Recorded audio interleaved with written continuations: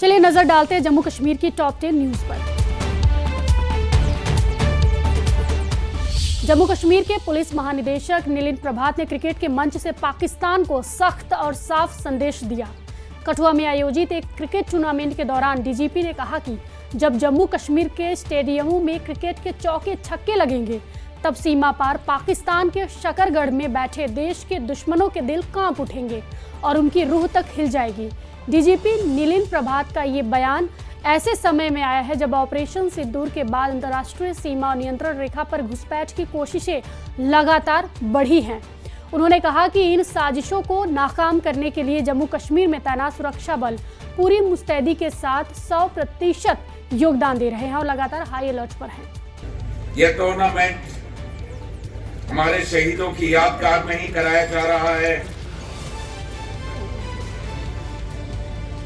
जेके police को अपनी इस बहादुरी की गाथा में, अपने इस बलिदान के सफर में और जो हमारी वतन परस्ती है इसके दौरान एक अशोक चक्र, 7 कीर्ति चक्र, 33 शौर्य चक्र, 84 राष्ट्रपति के वीरता पदक, 1866 वीरता के पदक और 2347 जेल के वीरता पदक मिले हैं। मार्टर्स मेमोरियल क्रिकेट टूर्नामेंट अब कठुआ में हो रहा है। ऐसा ये क्रिकेट टूर्नामेंट शहीद अमन की याद में किश्तवाड़ में कराया जाता है और एक अभी मार्टर्स मेमोरियल हॉकी टूर्नामेंट अगले वर्ष के शुरुआत में जम्मू में होगा। नेशनल कॉन्फ्रेंस के एमपी सैयद आगा रुहुल्ला ने खराब मौसम के चलते आरक्षण के नियमों में बदलाव के खिलाफ अपना तय विरोध प्रदर्शन टाल दिया है। एक सोशल मीडिया पोस्ट में रुहुल्ला ने छात्रों को बताया कि वह पहले बताए गए 23 दिसंबर को मौजूद नहीं रहेंगे, लेकिन अगर ये मुद्दा हल नहीं होता है तो वो जल्द ही विरोध प्रदर्शन के लिए नई तारीख की घोषणा यानी ऐलान करेंगे। रुहुल्ला ने पहले वादा किया था कि अगर 20 दिसंबर तक आरक्षण का मुद्दा हल नहीं हुआ तो वो छात्रों के साथ विरोध प्रदर्शन में शामिल होंगे। रैशनलाइजेशन ऑफ रिजर्वेशन को लेके नेशनल कॉन्फ्रेंस के एमपी सईद आगा रुहुल्ला ने कहा था कि 20 तारीख के बाद वो स्टूडेंट्स के साथ बैठेंगे, एक पुरअमन प्रोटेस्ट करेंगे और वही डिमांड करेंगे अपनी गवर्नमेंट से कि क्या कुछ मसला है, क्या कुछ मामला है और क्या कुछ डेवलपमेंट्स है इस वक्त रिजर्वेशन के हवाले से। लेकिन फिर हमने देखा कि 2 दिन पहले ही एमपी आगा रुहुल्ला जब पार्लियामेंट का सेशन हुआ उसके बाद उन्होंने ऑफिशियल सोशल नेटवर्किंग साइट्स जो है उनकी वहां से एक पोस्ट डाला और उस पर वाजे किया कि रैशनलाइजेशन ऑफ रिजर्वेशन का मामला अभी कहीं ना कहीं रुका नहीं है, थमा नहीं है, लेकिन कई सारे कारण उन्होंने दिए। उन्होंने कहा कि वेदर की खराबी के चलते हुए और कुछ उनकी पर्सनल एंगेजमेंट से उनके चलते हुए इस वक्त ये मामला यानी कि 23 दिसंबर से आगा रुहुल्ला इन बच्चों के साथ सीएम उमर अब्दुल्ला के रेसिडेंस के सामने बैठने वाले थे और एहतजाज करने वाले थे। अब उसे कहीं ना कहीं पोस्टपोन कर दिया गया है। हालांकि कारण यही दिया गया है कि कुछ पर्सनल एंगेजमेंट से साथ ही साथ इस वक्त खराब मौसम के चलते हुए कई सारे ऐसे स्टूडेंट्स हैं जिनका स्टेट बनता है जो न सिर्फ कश्मीर से बल्कि जम्मू रीजन से भी आते हैं और ख़राब मौसम के चलते हुए वो इस वक्त एक साथ जमा नहीं हो सकते हैं। लेकिन ये लड़ाई जो है ये लड़ाई आगे कंटिन्यू चलेगी। जी हाँ, बिल्कुल सही सुना आपने। उस पोस्ट में एमपी आगा रुहुल्ला ने ये भी लिखा है कि बच्चे हताश ना हो, कहीं ना कहीं उन्होंने एक आस लगाई हुई थी और उस आस को हम कहीं ना कहीं खराब नहीं होने देंगे। कहीं ना कहीं उसमें जो बच्चे हैं वो अपना जो पेशेंस है थोड़ा सा बरकरार रखें, क्योंकि एक बहुत बड़ा मामला है। इस पर इस वक्त इंटरनली भी हम लोगों का डिस्कशन चल रहा है। वही अगर हम इस वक्त रैशनलाइजेशन ऑफ रिजर्वेशन के मामले में आपको अपडेट दे तो आपको बताते चलें, पिछली बार जब सीएम उमर अब्दुल्ला ने अपनी कैबिनेट मीटिंग बुलाई थी तो उन्होंने कई सारे रेजोल्यूशंस पास किए थे। उस टाइम पे उम्मीद यही थी कि रैशनलाइजेशन ऑफ रिजर्वेशन मामले पे भी कुछ नजरसानी होगी, लेकिन नहीं हुई। एक डेवलपमेंट हुई, उस टाइम पे सीएम उमर अब्दुल्ला ने कहा कि कंसर्न डिपार्टमेंट्स जो है उन तक ये केस गया था और उसके बाद सामने उनकी कुछ राय आ रही हैं और हम लोग इस वक्त डिस्कस कर रहे हैं कि जो आरबीओ और ईडब्ल्यूसी है, इकोनॉमिकली वीकर सेक्शन जो है, उस कोटे में से हम शायद कहीं ना कहीं कुछ कोटा कम करके ओपन मेरिट में एडजस्ट करेंगे। लेकिन उसके बाद हमने देखा जो आरबीए ईडब्ल्यूएस से जुड़े हुए स्टूडेंट्स हैं उन्होंने एक पुरअमन एहतिजाज किया और कहा कि ये रैशनलाइजेशन ऑफ रिजर्वेशन का कॉन्सेप्ट नहीं कि कोई इकोनॉमिकली वीकर सेक्शन से आता है उसका कोटा खत्म करके आप ओपन मेरिट को दे। तो कुल मिला के बात की जाए, कई सारी चुनौतियां आई नेशनल कॉन्फ्रेंस की गवर्नमेंट के पास, स्पेशली जब हम पिछले 1 साल की बात करें, उसमें सबसे बड़ी चुनौती रही रैशनलाइजेशन ऑफ रिजर्वेशन की। क्या कुछ सामने आएगा, किस तरह से अब आगा रूहुल्लाह इन स्टूडेंट्स के साथ बैठ के एक पुरअमन प्रोटेस्ट करेंगे भी या नहीं करेंगे, वो आने वाले दिनों में ही पता लगेगा। न्यूज़ 18 के लिए आफाक शाह के साथ श्रीनगर से मैं सरोज कफील। वहीं डोगरी मान्यता दिवस के मौके पर पीएमओ में केंद्रीय मंत्री डॉक्टर जितेंद्र सिंह ने कहा कि समाज के पूरे सहयोग के बिना डोगरी भाषा और संस्कृति को बढ़ावा नहीं दिया जा सकता जब तक लोग इसे अपने घरों से शुरू नहीं करेंगे। जम्मू में डोगरी मान्यता दिवस से जुड़े एक कार्यक्रम के मौके पर मीडिया से बात करते हुए डॉक्टर जितेंद्र सिंह ने कहा कि पीएम मोदी के प्रयासों से डोगरी भाषा को 8वीं अनुसूची में शामिल किया है, लेकिन डोगरी भाषा, परंपरा और संस्कृति को बढ़ावा देने के लिए अभी भी बहुत कुछ करने की जरूरत है। सारे को पहले मती बधाई है आयुष के की भी कुलभूषण होने की भी उनकी सारी टोली की कि नवा सिलसिला शुरू किया है। हर बार डोगरा मानता दिवस मनाने का एक सिलसिला ने शुरू किया है। तो साड़ा भी यह मनना है कि किसी भी भाषा, किसी भी संस्कृति, किसी भी विरासत का विकास मुकम्मल उस सूरत होंदा है जिस वेले उसका बेड़ा सिविल सोसाइटी चुका है। सारा की सरकार उपर नहीं छोड़िया जाए। सरकार ने वाजपेयी जी की सरकार ने 8th शेड्यूल असी दे विच डोगरी जबान शामिल की। मोदी जी की सरकार ने डोगरी की ऑफिशियल लैंग्वेज का दर्जा दिता। हुण साढ़े उपर है तो साढ़े बच्चे बड़े जहीन होनहार न। ये सरकार मोदी जी के नेतृत्व क्षेत्रीय भाषाई की बढ़ावा भी दिया रही है। हुण साढ़े उपर जिम्मेवारी आती है कि असी अगली पीढ़ी के बच्चे की डोगरी का मान सम्मान और स्वाभिमान की एक भावना उनके पैदा हुआ है। तो वहीं शोपिया के विधायक एडवोकेट शब्बीर अहमद कोहली ने कहा कि शोपिया में कार्डियक मशीनों और संबंधित मेडिकल उपकरणों को चलाने और उनकी देखभाल करने में सक्षम प्रशिक्षित टेक्नीशियन की भारी कमी है। उन्होंने कहा कि पिछले कुछ सालों में सरकार के सामने इस मुद्दे को बार बार उठाने के बावजूद अब तक कोई ठोस कार्रवाई नहीं की गई है। सर, जैसे कि हम समझते हैं कि शोपियान में बहुत ज़्यादा बर्फ़ पड़ती है, अल्लाह चाहे बर्फबारी हो, क्योंकि अब बर्फ़ भी बहुत कम पड़ रही है, लेकिन कहीं ना कहीं यहाँ पे जो हेल्थ सेक्टर के हवाले से बात करिए काफ़ी परेशानियाँ हो रही हैं।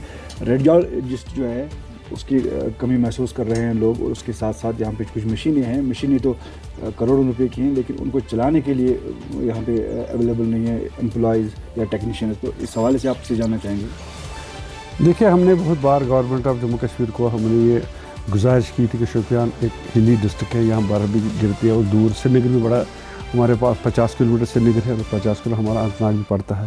तो इसलिए बेहतर है कि हमारे लिए जो भी फैसिलिटीज़ है वो सब फैसिलिटी ऑन प्लेस होनी चाहिए, इन प्लेस होनी चाहिए। इसके सिलसिले में हमारे पास मशीनें सब कुछ है, लेकिन जो रेडियोलॉजिस्ट है और कोई टेक्नीशियन जो है ट्रेन वो नहीं है, यानी वो ने लीव रखी है। तो शोपियान अब रह गया खुदा के हवाले। लेकिन मैं अब इस हद तक तंग आ गया हूँ और मैं आपकी वसात से अब अपनी जो हमारे शोपियान के जो ट्रेन लोग हैं, जो इस फील्ड में जिनने ट्रेनिंग की है, जो काबिल लोग हैं, वो मेरे पास आए। मैं उनको यहाँ से मैं कोशिश करूँगा उनको एक एम्प्लॉयमेंट दे दूँ ताकि वो हॉस्पिटल में 24 घंटे रहे और अपने लोगों की खिदमत करे। उनको भी चाहिए कि वो मेरे पास आए ताकि मुझे एक ऐसा जो तरीक़ाकार करेगी ताकि उनको यहाँ जो शोपियान का हॉस्पिटल है 24 घंटे वहाँ टेक्नीशियन भी रहे, और जिसको भी कोई टेस्ट होगा, कई गरीब लोगों को रात को टेस्ट होता है तो यहाँ कोई रात को ड्यूटी नहीं होती है। तो ये मौकरी सा जैसा जो निज़ाम चल रहा है इसको मैं ठीक करने की कोशिश करूँगा। और मैं आपकी वसासत से अपनी जो डिपार्टमेंट ऑफ हेल्थ है उसको मैंने 2 बार 3 बार कहा है, इन केस वो तब भी कुछ फेल हो रहे हैं। तो जिस तरह मैं गया आयुष अस्पताल के लिए दिल्ली, खुद वहाँ से लाया, तो मैं उन्होंने मुझे ये बता के दिया रखा है अगर आपको डॉक्टर्स चाहिए गवर्नमेंट से लिख के लाइए, अप्रूवल लेके लाए, उसमें पैसे हमारे पास है। वहीं बीजेपी नेता इंजीनियर एजाज हुसैन ने स्वदेशी संकल्प अभियान पहल के तहत घंटा घर लाल चौक पर एक कैंपेन चलाया जिसमें आत्मनिर्भरता और लोकल प्रोडक्ट्स को बढ़ावा दिया गया।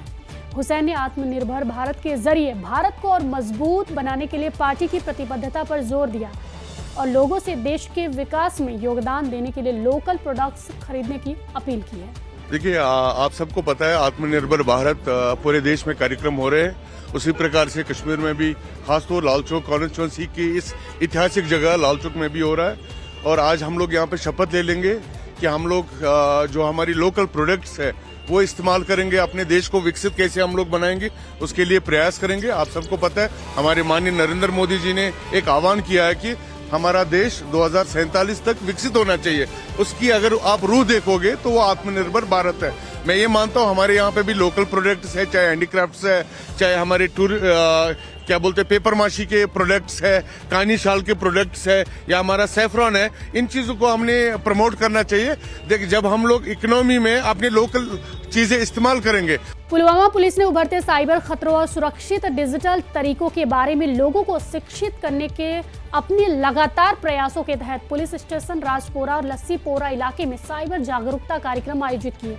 इन कार्यक्रमों में प्रतिभागियों को साइबर अपराधों के विभिन्न रूपों, ऑनलाइन धोखाधड़ी से बचाव और साइबर हाइजीन के महत्व के बारे में जागरूक करने पर ध्यान केंद्रित किया गया। सत्रों के दौरान अधिकारी ने प्रतिभागियों को सुरक्षित ब्राउजिंग आदतें अपनाने, ओटीपी या बैंक डिटेल्स शेयर करने से बचने, ऑनलाइन लेनदेन के दौरान सतर्क रहने और सोशल मीडिया पर अनजान लोगों से बातचीत न करने की सलाह दी। प्रतिभागियों को साइबर खतरों के नवीनतम रुझानों और निवारक उपायों के बारे में भी बताया गया। तो वही सरकार की प्रशासन गांव की ओर मुहिम के तहत राजौरी के फेयरफ्लैंग ब्लॉक तख्तापानी और मोगल में कार्यक्रम आयोजित किया गया। यहाँ जिला के अधिकारी ने लोगों की समस्याओं को सुना और लोगों को सरकार की स्कीम के प्रति जागरूक करवाया। कैंप का या प्रोग्राम का ये मकसद है कि जो भी लोगों की ग्रीवेंसेस हैं, हमने एक सारे जो हमारे सब डिवीज़न के ऑफिसर थे, हर एक डिपार्टमेंट का यहाँ पे आया है। उनके ग्रीवेंसेस जो थे लोगों के यहाँ पे वो सुने गए, उनको ग्रीवेंसेस को ऑन स्पॉट पर रिड्रेसल किया गया है। कुछ ऑनलाइन सर्विसेज थी, उनको यहाँ पर रिड्रेसल किया गया है। तो वही गणतंत्र दिवस समारोह की तैयारियों को लेकर पुलवामा में एक रिव्यू मीटिंग बैठक हुई। सर्किट हाउस पुलवामा में डीसी की अध्यक्षता में हुई इस मीटिंग में पुलिस और सीआरपीएफ समेत सभी सरकारी विभागों के प्रमुख शामिल हुए। इस मौके पर डीसी ने कहा कि जिले में सबसे बड़ा समारोह जिला मुख्यालय पर होगा, जबकि उप जिला और तहसील स्तर के साथ साथ ब्लॉक स्तर पर भी समारोह आयोजित किए जाएंगे। पर एक एडिशनल चीज़ जो वंदे मातरम प्रोग्राम हुआ था, उसका फेज अभी फेज 2 भी शुरू होगा 19 बजे। उसी उन्हीं को लेके सारी अरेंजमेंट्स का असेसमेंट है और इसमें हमारा खासतौर से ध्यान रहता है जो पार्टिसिपेशन है, जो पार्टिसिपेंट्स हैं, जो खाने में कोई तकलीफ ना हो, अच्छे से पार्टिसिपेट करें। हमारे जो कल्चरल प्रोग्राम्स हैं या कंटिजेंट्स हैं उनका प्रॉपर रिहर्सल हो जाए, उसी का असेसमेंट किया। और जम्मू कश्मीर के ऊपरी इलाकों में हो रही बारिश और बर्फबारी का सीधा असर रेल यातायात पर देखने को मिल रहा है। श्री माता वैष्णो देवी के आधार शिविर कटरा स्थित रेलवे स्टेशन से संचालित होने वाली कई रेलगाड़ियां अपने निर्धारित समय से घंटों की देरी से चल रही हैं, जिससे यात्रियों को भारी परेशानियों का सामना करना पड़ रहा है। जानकारी के अनुसार लगातार हो रही बारिश और बर्फबारी के चलते मुगल रोड के बंद हो जाने से बड़ी संख्या में यात्री सड़क मार्ग के बजाय ट्रेन से यात्रा कर रहे हैं। इसके चलते कश्मीर से जम्मू की ओर आने वाली ट्रेनों में यात्रियों का दबाव अचानक बढ़ गया है। इस अतिरिक्त रश के कारण रेलवे संचालन पर भी असर पड़ा है।